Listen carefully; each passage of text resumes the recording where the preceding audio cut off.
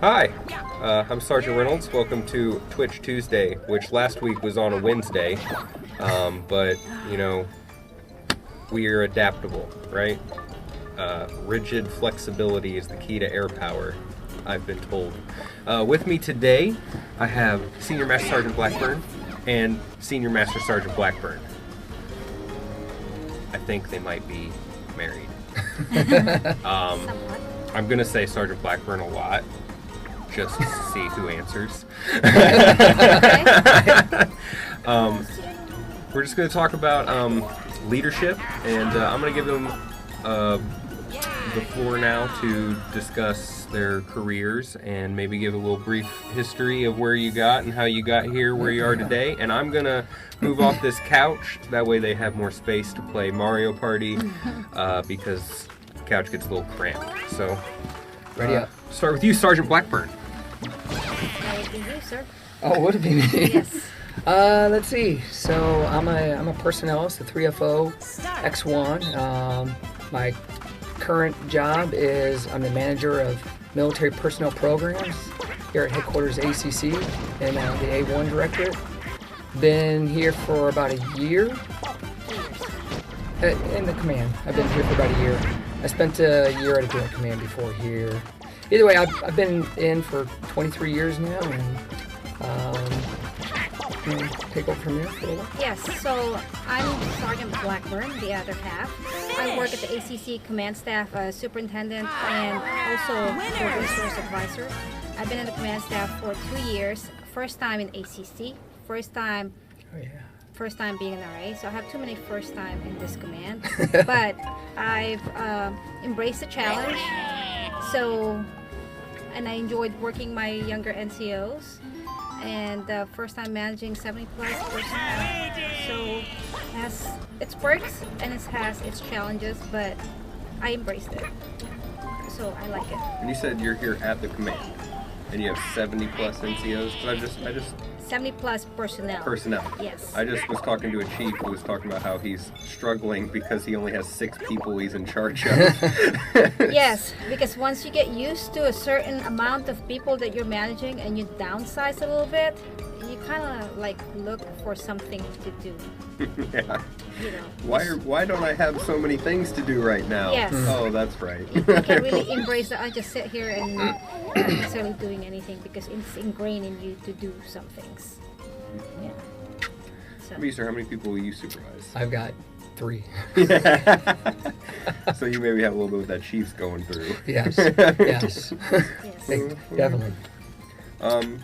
So with that, maybe not so much now, but for you, 70 plus people, how do you, what's your philosophy on guiding them? You have to get to know them first to motivate them in the right way. As I believe in like getting to know your people in a sincere way, not just because you have to check the box, but you have to know where to guide them and lead them properly, where they would feel secure and motivated in their own way.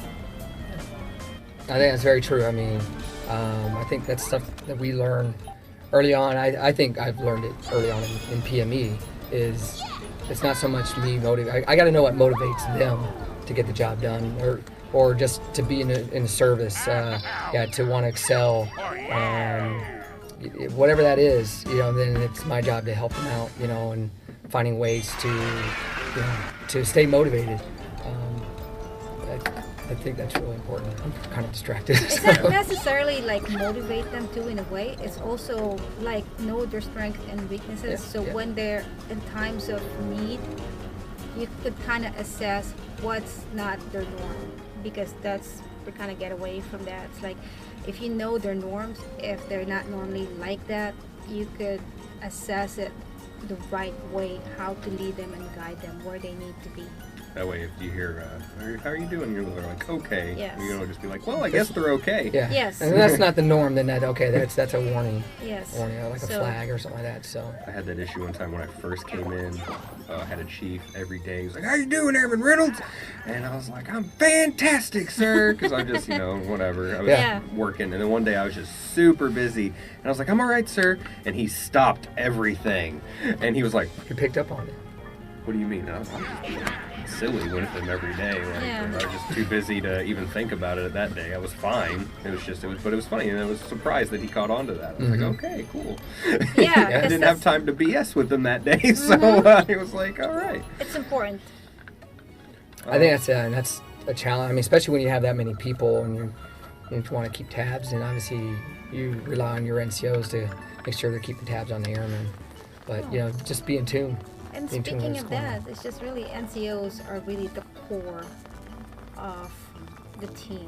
You have to learn how to empower your NCOs so they can learn how to empower their younger airmen. So, because it starts, they're the middle man. So for me, if my NCOs are not empowered, how good are my airmen going to be? Because we're already in the position where we need to be. So now it's up to us to guide our middlemen, our NCOs. They really, truly are the backbone, and I believe in that. I still do. So, yeah. Do you guys wish you were, let's ignore the pay scale for a second, back down to that NCO tier? Because I hear that a lot from senior NCOs. They're like, man, I wish I could just go back and be a staff sergeant. Not necessarily, because I like where I'm at right now, knowing what I know, and I can provide that wisdom. I always tell my guys, I will tell you what not to do, because I can't tell you what to do in a certain circumstance, because every experience is just different. So I will tell you based on my experience of what not to do. That doesn't mean you have to do the same thing, but I've learned from that, so take it for what it's worth and then go from there. It's also empowering them to think, because we tend to get away from that. Like, we tell them what to do. Sometimes we don't need to really tell them, because we're not empowering them, if that's the case. I think for me, I mean, I like the position I'm at. Yeah, sometimes I miss, because in personnel, yeah, I mean, as a senior NCO, you're typically in more of a managerial position. I mean, that's pretty, I think, the norm for most senior NCOs. But I miss being a technician at some point, you know, sometimes, and you know, and being there, you know, the front line for the customers and going up to them and helping them out. But yeah, I mean, you know, there's some people that's what they want to do for their whole entire career. You know, maybe just be technicians and you know, wrench turners. You know, for lack of, you know, in terms of other career fields. But yeah, and there's some people that they want to be up higher up and lead. So there's. What I'm doing now is I'm very transactional. So I do a lot of, you know, I take a product from here and I staff it, or I clean it up and I bring it over here. So I'm still doing some of that technician type work. So I'm getting a good mix of it. If I go back down to the MPF, which is where most personnel are, then at this point I'd be a MPF superintendent. And yeah, I'm not going to be doing transactional stuff every day. It's going to be more just take care of my people and make sure the mission gets done. So we have a question. A question and a comment. So the comment is to remind you guys that you aren't actually playing. Well, Then okay. the question is, what's the hardest part about leading? The hardest part about leading is leading by example. Because be realistic. We are going to be judged regardless. So leading by example. If you tell an airman not to do this and you do this and you do the same thing, how reliable are you as a senior NCO to lead? That means that your reputation is kind of like, it's going to be questionable. So leading by example is really hard. But at the same token, if you really truly believe in what you do and just be yourself, to me, it's the sincerity that comes along with it by leading. That's I think for me, I mean, I'm one for trying to connect with the people around me, and you're not always going to connect with everybody. They're either going to like you or they don't, and that's not really what this boils down to. Well, I want people to like me, you know. But if I establish a good rapport with them, then obviously, you know, they'll work harder. You know, we work better together as a team. You know, we have a good rapport. So I think that's my thing, is I want to connect with the people. Again, going back to, I want to know what's motivating them. But if they're resistant to, you know, to not changes. to changes or to, you know, being part of that team, you know, they just kind of like, hey, I'm just going to do my little thing and I'm just here for 4 years or whatever. Then it's really, that's where I struggle with leadership. You know, just trying to get that rapport and that teamwork going. Mm-hmm. I think a lot of people get hung up on, like you said, the liking thing. Yeah. But plenty of people I didn't like, but I still worked for because I respected them. Yeah. And there's a difference. Like, you know, I don't like most people. Like, No, I mean, just as honestly, a rule. they're coworkers or they're You mentioned that respect. To me, respect is, they always say, respect is respect the rank.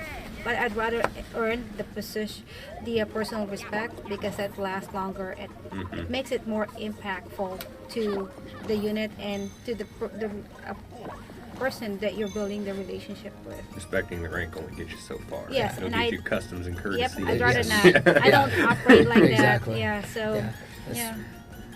I think we even learned, I mean, obviously we've been around for a while, so I mean, it's, we've learned that early on.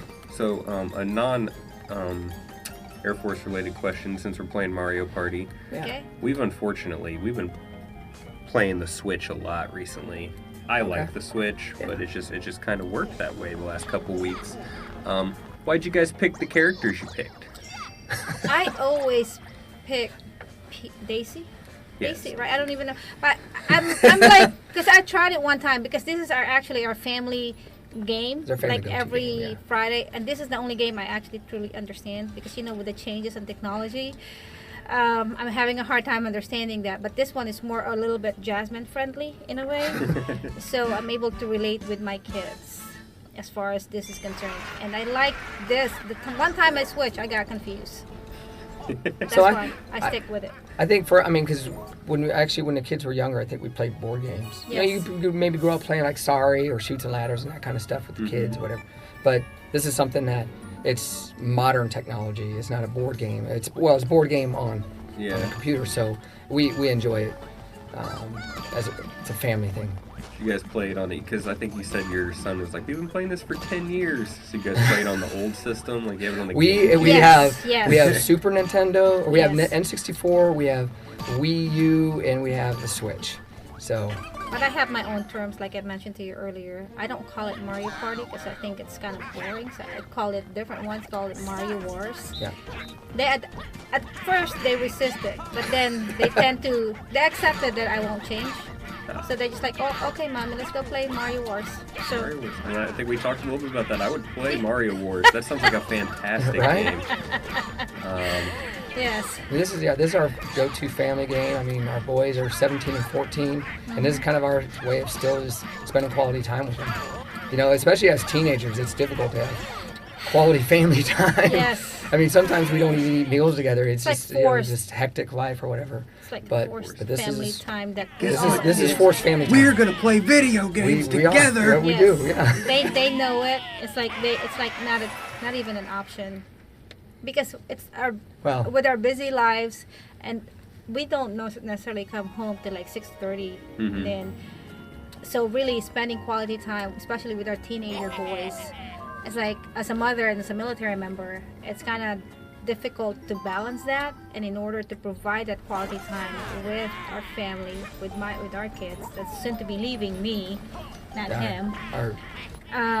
It's one of those things that you treasure. It's like memories that you built along the So way. you don't want him to go, but he's like, get out of my house. Well, no, I'm just. He's a male, I'm so okay it's a with it, different.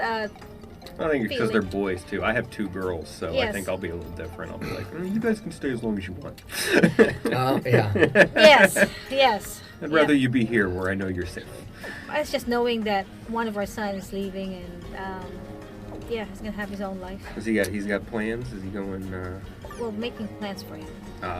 Oh, for college. Yes. Yeah, I mean he wants to go to college, but again, it's kind of still a struggle. Like he's trying to. He's putting too much pressure on He's putting himself. too much pressure on himself. Like, A lot about high schoolers. He thinks it's Yeah. high school, that it's like 8 hours a day kind of thing, that he won't have a life. it's heavy workloads and stuff. I was Yeah. like, no, you're gonna have a lot more flexibility. You go to class or you don't. He had the wrong perception about going it's to not. college. Yeah, I said, you man, gotta- I wish I had your life. Sorry. Sorry, honey. Okay, Yeah. go ahead. Yeah. So we just had to. I mean, this actually was last night because he's a rising senior. He's about to be a senior, but just kind of like you may have 2 classes this day, you may have 3 classes the next day, you may just have 1 class. It's just, it's gonna be a flexible schedule, You know, or I mean, it's not gonna be. Yeah, you got 4 classes a day, and you're going to school 7 hours a day. You know, and deal with it. And you come home, you got 5 hours of homework. So I think once we kind of sat down with him and talked to him about just reality, then because I think he has the wrong perception about going to college. He thinks it's just high school thing that like 8 hours. Yep, but it's not the case. I said, you know, just Google or YouTube party life or college life. It will Google provide top you 10 party schools, Yes. and then pick one of those to go to. Yes. well, we encourage a day in the life of a college student that some of the colleges that he's looking at. I think, and so hopefully that helps him out. Because I watched a few videos last night before he did, and like half the videos I watched, the students were waking up at like 9:15, 10:30, whatever. Like, see, you can sleep in, you can, you probably stay up late and do homework and stuff. But and really didn't have to worry about paying tuition fee back. And we've been telling, I think it's the pressure of that to be good. I think that's what's bothering him. So we kind of have to provide a different perspective for him that says, you don't even have to have straight A's, because that's the policy right now. The policy. That's the rule we have in the house. I said you don't have room to have C's in your grade because you have everything that you need that you could possibly have to be successful in high school. So last night we just have to. I said, as long as you get me a college diploma, it doesn't matter if you get A's or B's or C's. You can even get C's as long as you get a college diploma. At least it makes our effort worth it. So my uncle told me, he's like, you know what they call the guy who graduated last out of medical school? Great. Doctor. Yeah, exactly. Yeah. So, Is he, you guys, one of you give him your GI Bill? Actually, so between the two of us, we both transferred our GI Bills to our kids. Our boys, yeah. Yeah. So, which is pretty nice. I mean, we have flexibility for both of them to go to school.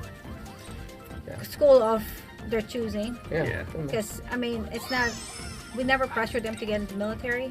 Because to me, the more that you put that upon them is the more they will resist that idea. So my oldest son at first, he embraced the idea, but then... Like he was doing ROTC in high school. And but then with the deployments in PCS, I think he realized that's not the life that he wants. Yeah. Because between the two of us, we have 7 deployments, and then 1 short tour for me. Yeah. And then 9 PCSs. Yeah. So it's been quite busy for them. So they're not up for that kind of lifestyle. So. And that's okay. That's why we work hard to give them a life that they want and need at the same time. So. I think it's everybody's kids see things differently. Like my kid is now begging me to go back to Japan. Oh. She's like, "Can we just go back to Japan?" Yeah. And then my wife was like, "You know what? Yeah. I wouldn't mind." So somebody commented a little while ago on the Twitch about your board games comment. Board games rip families apart. Really? That's true in some sense. Do you guys have any funny board game stories with the kids? I don't know if you saw, there was a viral video I just saw yesterday about this kid crying about paying taxes on Monopoly. It's not fair. So, for Monopoly is actually our board Monopoly is the game board go-to. game that it's that creates problems. My youngest son, he's the one that likes to monopolize early on in the game. Mm-hmm. And sometimes he doesn't like dealing with me because I don't know, I guess I'm not being reasonable and stuff. So he always likes to deal with him, and then in turn I will deal with him. So it's just more of a who you can handle as far as dealing, like transaction wise. You guys have a specific strategy?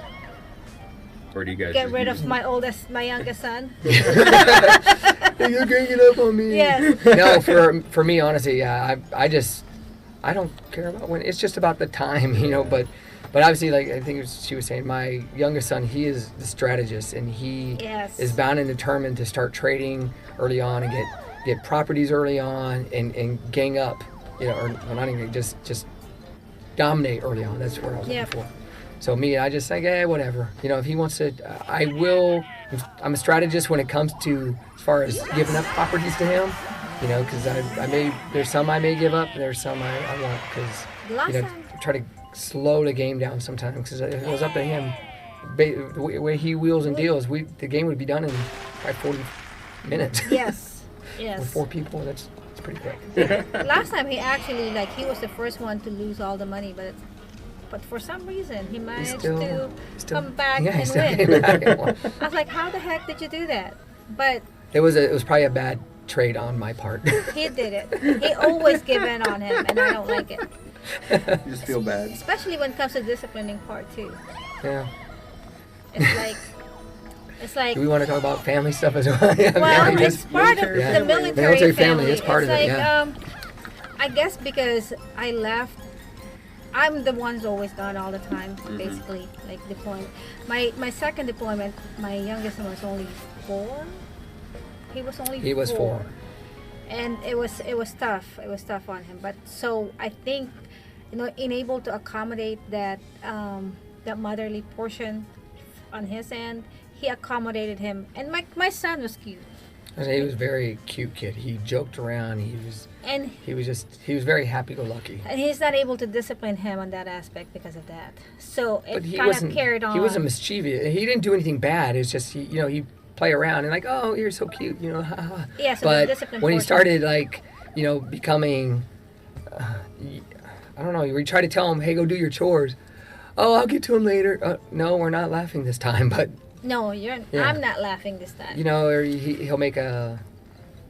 I want to say this one. Argument. He'll He argue. always make an Either argument. Either way, he still thinks he's cute like he was and he can get away with stuff like he was. I hope he's watching right now. Yeah, He knows that. I he think might so. be watching. Yeah, We actually just had a conversation last night. yeah. Again about they got summer school, summer reading assignments and stuff like. You gotta get this stuff done. It's kind of like talking to an airman sometimes. I gotta get this stuff done. He actually told me that last night. I said, is that the way you talk to your airmen? Like yelling at them? Because it's not going to get you anywhere. You rationalize with them. You gotta rationalize with it. You gotta. I rationalize only up to a certain point. But up to a certain point that if you don't listen and I don't get any result, that's when You're right, the your hammer goes paperwork. down. Yes. Even if I said Son's gonna come home one day. There's gonna be an LOR sitting on the table That's right. for him. Yeah. it's always all the time for me. It would be all the time for her. Coming for her. So, Well, I try to I be a mean, little more. you can only tolerate up to a certain point. And at a certain point that no result is getting done, then that's when you kind of have to put the hammer down. I think this brings up an interesting question. There's dynamic, and I think this is very similar to what I have going on at home. I'm not the disciplinarian, and I think it drives my wife crazy sometimes. She's like, "You need to say something." I'm like, "Who cares?" I do. Yeah. I'm more the disciplinarian. I'm She's the disciplinarian. Yeah, I'm trying to start getting more on them because Yeah. but so being both of you high level enlisted, you guys have a lot of work to do both. So how do you find the ways to split up the household stuff and like who's going to take the kids to baseball practice or who's going to do this or what are we going to do? Yeah. It's always, I think at least when it comes to like sports activities, I've always been a little more involved with that. Not that she is. I mean, she's more on the sidelines. But I'm usually an assistant coach for something or coaching or, so, but yeah, I mean, it depends. I mean, especially, I think that where we really drive a balance is appointments, obviously, or school functions. School functions, we're always there together. We try to always be there together unless one of us is deployed and we have some commitment we can't get out of. But appointments, we split those up at home, luckily, here in the military, we, at least with our bosses, we generally are given a lot of flexibility, as far as, being out for appointments. We always try to especially now that I hurt myself, like I broke my foot and then so is my son. So between two of us being broken and with all these physical therapies and appointments and stuff, we try to balance it out where he would take him where I have my appointments. And some of the times I know that he gets busy too. So I will take our oldest son. Luckily, my oldest son is able to drive now. So sometimes we don't really have to pick him up from home to drop him off to his appointment. But if there's different things, then he can drive himself now. Yeah. Which it's makes so much things a little bit easier. now. than it was then. But our younger age, we basically just kind of really have to work it out between our schedule. I think difficult, yeah, before, like when they were like school age, or like not school age, but you know, daycare or youth center age and that kind of stuff. Yeah, who's going to be dropping them off? Who's going to be picking them up? Luckily, we don't have to worry about that, you know, now. No, but that was always... That headache's gone. Yeah, that headache's gone. And luckily, if you have kids that age, you'll get past it. You'll get over it. You know, they grow out of it. You know, they're just getting on the bus in the morning themselves, and they get home, you know, from the bus themselves. It's really yeah. just compromise. Yeah. And making sure it's like a open communication too, because at times when when you get so busy, there are some words like, "Oh, you're gonna pick him up." The way you respond to is a little bit different. Because there's a couple of times that I have second language, and sometimes what you say I interpret it differently, right? So, and sometimes he would like verify with me. It's like, "Did you say you were gonna pick him up?" Like, yeah, I did. I said that, but I guess he heard it differently. So, but being together this long, and kind of like he knows what I mean sometimes without really saying the word, or sometimes with verbal, non-verbal. He's picked up on it. Yes. Yeah. Yes. It's been 20. I think the great thing, you know, there's not a ton of people in the military, or there's probably a ton of people, but not everybody's mill to mill. You know, I think, but the good thing with us, we can go home and we understand each other. We understand our work schedules, and we're able to relate. We're able to talk to each other about things we're facing at work, and we're able to feed off each other as far as, you know, or give feedback to each other, and as far as and our discuss, day goes. Yeah, our day goes, and or how to you know, approach a problem, or, you know, just kind of like asking advice, but not necessarily asking advice per se. It's just like based on your experience, what would you do, or just kind of just to vent. Then typically Just to vent, because he knows that he would do it differently, way differently than I would do it, and vice versa. So I would never tell him what to do, and same thing with me. I would. It's not working. You gotta move your 6 spaces. That's why. Yeah, you gotta pick your 6 spaces. He told you what to do. Well, some aspects he would tell me what to do that I would listen to. Yeah. Sometimes I would pretend that I'd listen, but but yes. So you guys have been together for how long? We've been together for 23 years. been married Actually, for so we met at our first base back in 1996, a long time ago. Goodfellow Air Force Base. Yeah. We had common friends, you know, and you know, within a few months we were dating, and then we dated for a year before we decided to elope. we eloped. Yeah. Yeah. Yeah, we were. Yeah, and then so from there, you know, and yeah, we've been together for as long as we have basically been in the military, almost as long as we've been in the military. It's a challenge. I've seen it before. Mostly people in the same career field, because then they'll get married and it's like they always promote together. Did that happen with you guys? She came in as an A1C. I came in as an Airman Basic, and I think by the time we were dating, I was at least an Airman, and she was probably still A1C. But she put on Senior Airman before me, which allowed her to test for staff before me, a year before me. So, but she's always made rank 1 year, like 1 cycle ahead of me, which hasn't been a big deal. You know, she came in as A1C, I came in as Airman Basic, so it's just the norm now, so whatever. But yeah, like, I mean, every rank, when she's made it, then I'm like, okay, well, I definitely have to make it. I gotta step my game up, because I mean, there's a few times pattern. I tried to make it the same year as her, but it just never worked out. So, yeah. Never know, maybe for chief it'll work. She's eligible for chief this year. I think she's a strong contender. So we'll see. I'm not eligible yet, so. To me, when it happens, it happens. But it's not necessarily my dream, per se, in a way to make chief. I feel it's not something we're chasing after. Yes. Put it that way. Yeah. If it happens, I'll do what I need to do. Yeah. But other than that, we don't let us chasing chief, decide how we work, or how, what our goals are, and we just go day to day. We do our job. That's what it's about. Taking care of people, taking care of the mission. Yeah. So it's not always the case. I actually, to me, it's like if you really wanted to make chief, it's like there are some. To me, it's a sincerity of doing and being chief. You know, like there's some. Let's just face it. There are some things. There are some people. Let's just like we call it E9, and there's some people. I was gonna say there's a chief and there's an E9. Yes, Yeah. and so if I do wanted to strive to that next level, I wanted to be a chief because I wanted to do my job and take care of people. And sometimes it's kind of gotten away with that sincerity of what that job entails. Yeah. So.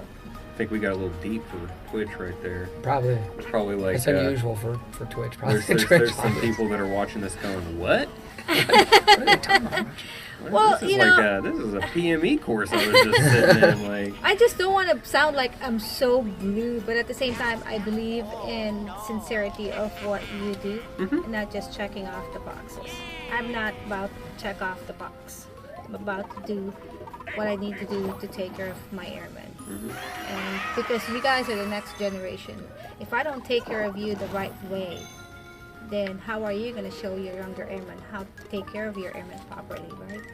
So I was just at a course last week or the week before, and I ended up yelling at this guy because he was complaining. He's like, this new generation of airmen, they all do this, and I was like, just stop and listen to yourself for a second. Like, every generation of airmen is like this because 18, 19, 20-year-olds are all, they're learning. I'm not going to call them stupid, but there's all new. Like, it's a challenge. It's a challenge, definitely, because there's a gap. It's a big gap. Because what we've learned and what younger airmen learn are two different the way we were taught, because it's like just shut up and kind of color kind of thing. But now it's more of a, you have to explain the whys, and then when you can explain the whys to younger airmen, it's more, it provides a different perspective. that is a huge help.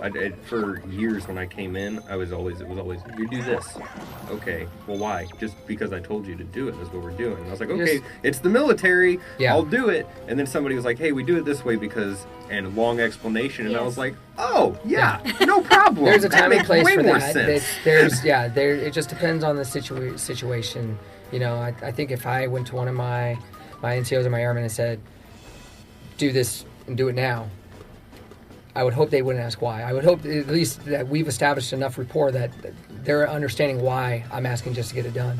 You know, but there's a time and place, I think, for whys, and you know, so use an opportunity obviously to educate and make sure your airmen understand, you know, the mission or what the reason behind doing the work a certain way.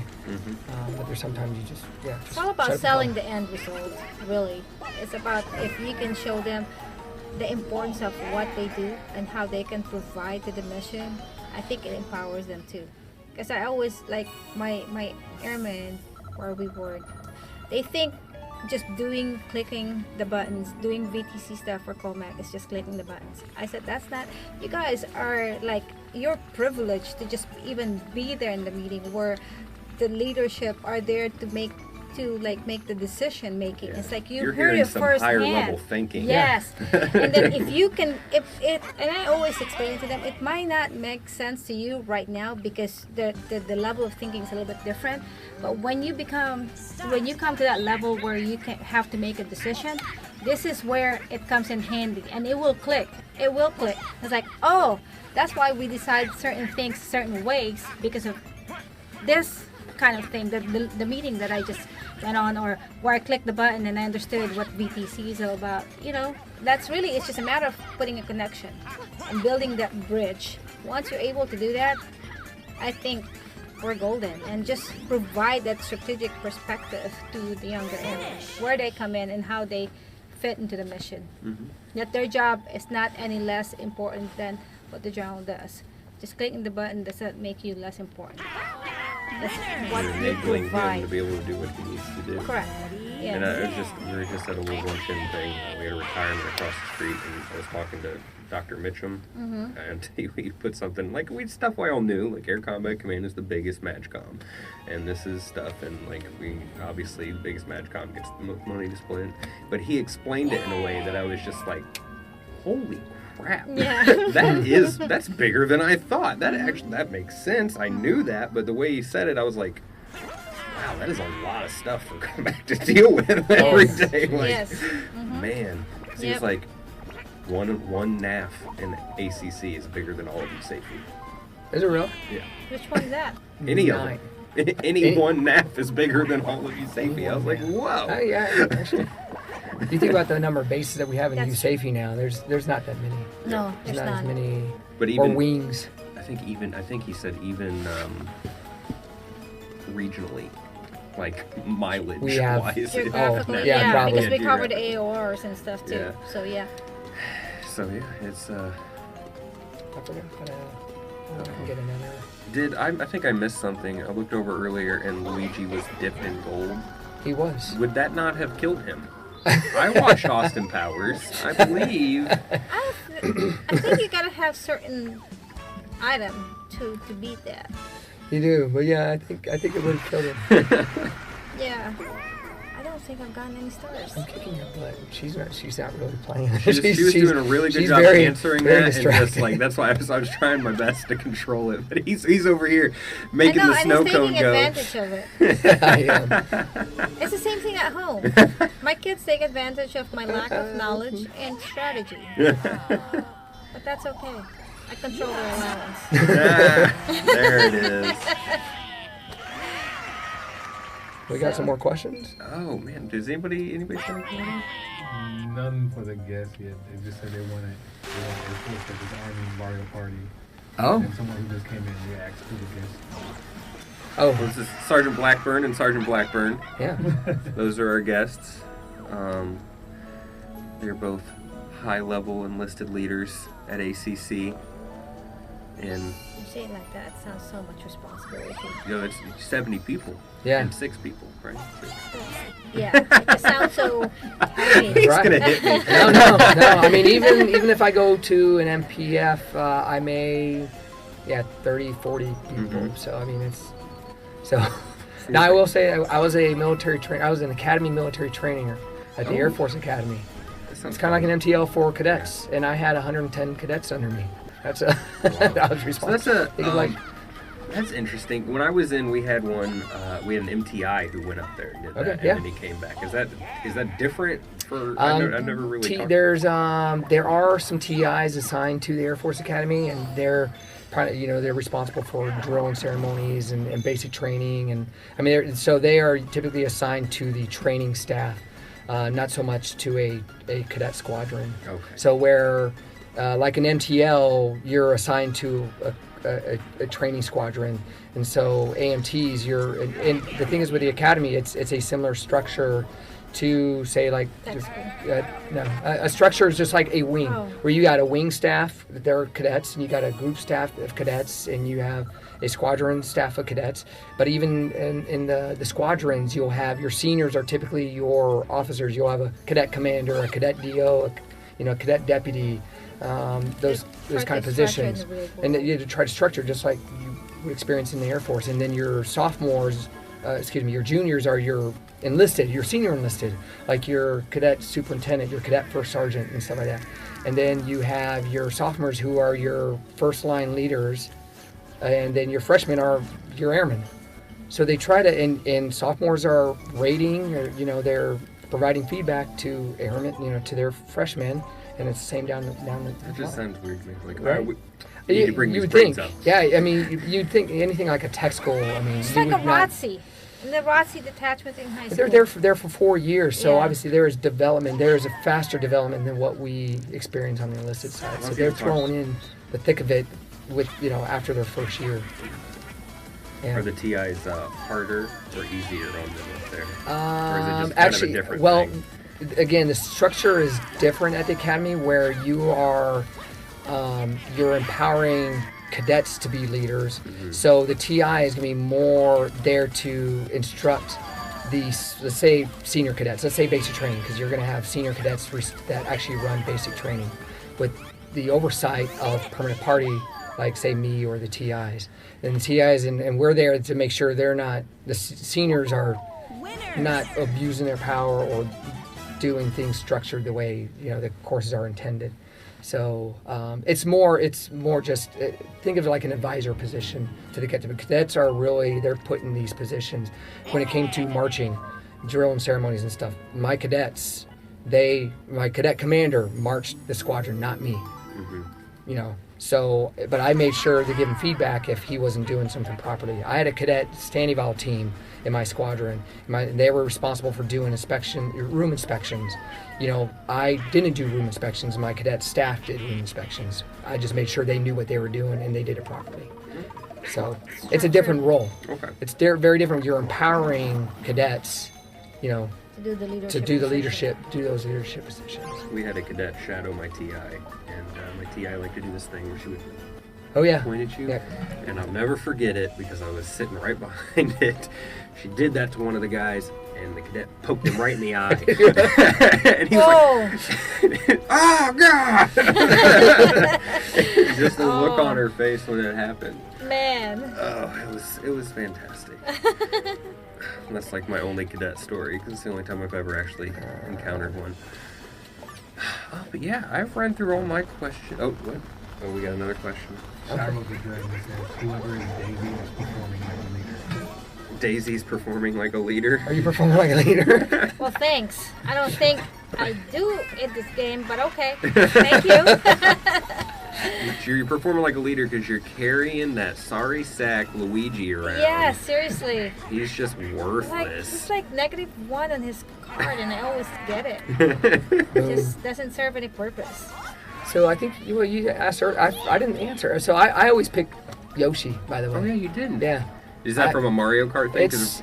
No. I mean, even in Mario Kart, I pick Yoshi, but I think it goes back to me just playing Super Mario Brothers. I liked, what was it, Super Mario 3?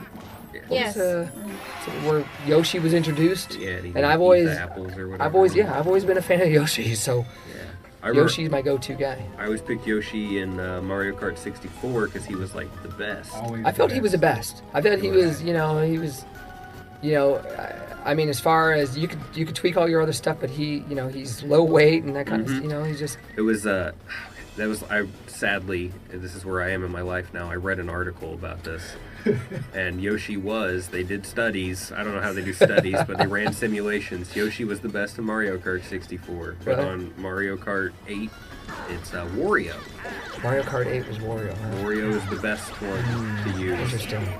I don't know. What? Wario? Yeah, He's loud.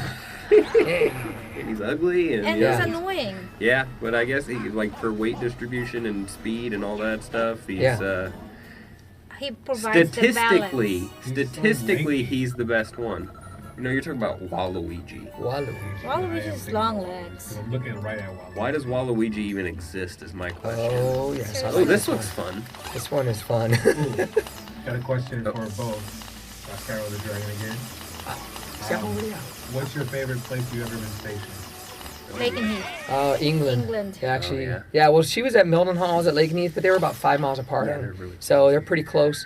But It's, we made the we love best. traveling. Every 3 or 4 day weekend, we're in different countries. That sounds awesome. We were. I mean, I just had to recently redo my security clearance, so I'm not divulging anything. But I mean, trying to put down everywhere I've been in the last 10 years, as far as did the same being thing. overseas, and I'm like, how do I do this? So I went back to my iPhone photo album because I got pictures of everywhere I went. And I'm like, oh, so back in May of 2012, I was here. So I put yeah. So, It's just the opportunity that we provided to our kids to enjoy different culture. Just they were young, they won't remember, but it's just the opportunity that we're able to we still give expose them. Yeah, Yes. expose them to different culture. They weren't that young. I mean, granted, they were. My oldest was a young teen. My youngest was probably 8, 9, Yeah. 10.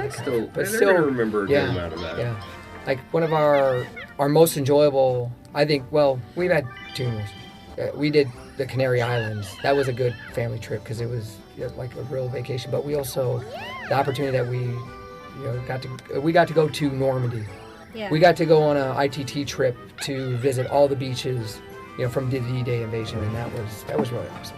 Yeah, my boys really enjoyed that as well. So, yeah. Yep.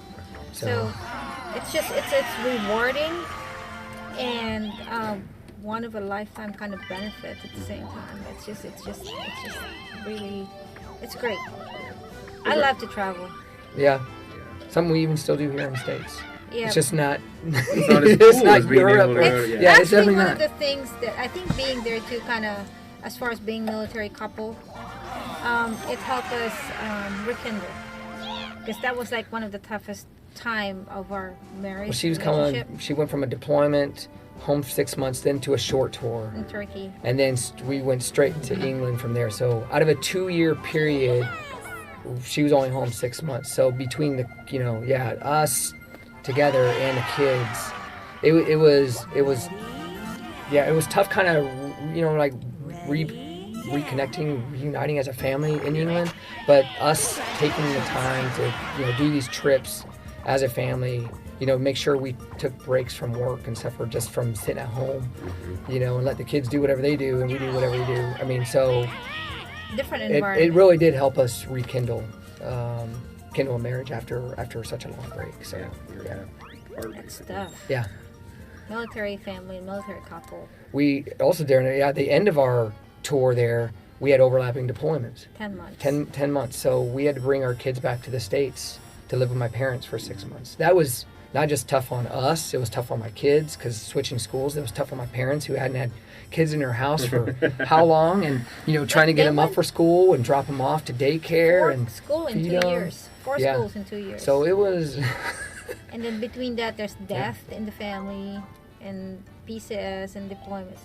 It's just It's a lot to juggle. like Definitely. starting from 2013 to 2016 was like the toughest times in our lives. yeah. Because that was the time, the last year in England.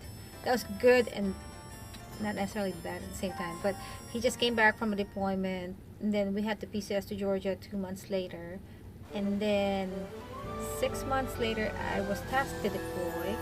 3 weeks boots on the ground. My mom died, and then I was sent back home because I just couldn't grieve at the deployment location. That's like my 4th deployment. That was 4th.